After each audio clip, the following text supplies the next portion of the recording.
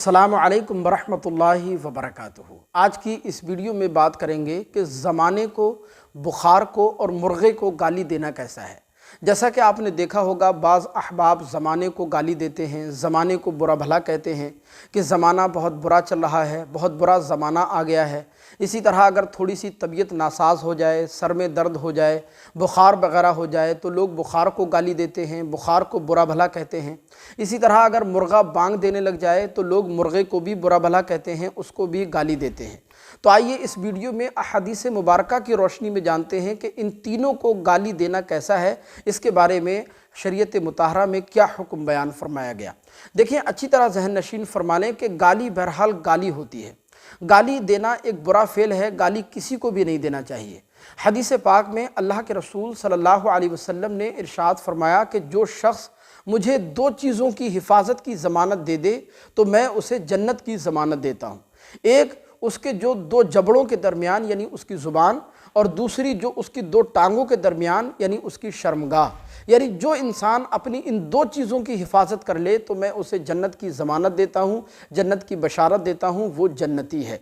اب رہا ان تینوں کو یعنی زمانے کو، بخار کو اور مرغے کو گالی دینے کا معاملہ، تو دیکھیں حدیث پاک میں زمانے کو گالی دینے کے حوالے سے ارشاد فرمایا گیا۔ حضرت سیدنا ابو ہریرہ رضی اللہ تعالیٰ عنہ سے روایت ہے کہ سرکار دو عالم صلی اللہ علیہ وسلم نے ارشاد فرمایا کہ اللہ عز و جل ارشاد فرماتا ہے کہ ابن آدم یعنی انسان زمانے کو گالی دینے کی وجہ سے مجھے تکلیف پہنچاتا ہے، جبکہ زمانہ میں ہوں، میرے ہاتھ میں تمام معاملات ہیں، میں دن اور رات کو بدلتا ہوں۔ لہذا یہ حدیث پاک ہمیں بتا رہی ہے، اس سے معلوم ہوا کہ زمانے کو برا بھلا نہیں کہنا چاہیے، زمانے کو گالی نہیں دینا چاہیے۔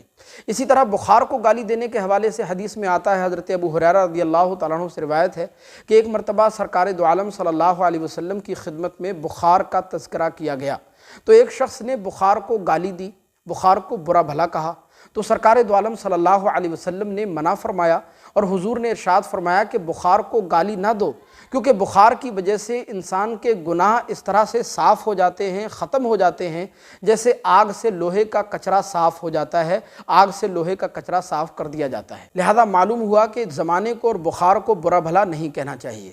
اسی طرح مرغے کو گالی دینے کے حوالے سے بھی حدیث پاک میں اس کی سختی سے ممانعت فرمائی گئی۔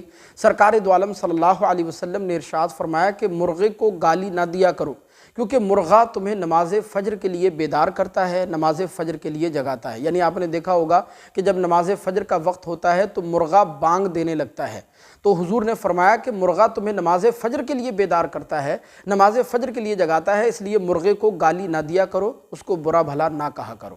لہذا ان احادیث مبارکہ کی روشنی میں یہ بات اچھی طرح واضح ہو جاتی ہے کہ زمانے کو اور بخار کو اور مرغے کو گالی نہیں دینا چاہیے، ان تینوں کو برا بھلا نہیں کہنا چاہیے۔ احادیث مبارکہ میں سختی سے ان کی ممانعت بیان فرمائی گئی۔ ہمیں امید ہے کہ یہ ویڈیو آپ کو ضرور پسند آئی ہوگی۔ ثواب جاریہ کے لیے اس کو آگے ضرور شیئر فرمائیے گا، اور مزید اسی طرح کی ویڈیوز دیکھنے کے لیے چینل کو سبسکرائب کر کے ضرور رکھیے گا۔ السلام علیکم ورحمۃ اللہ۔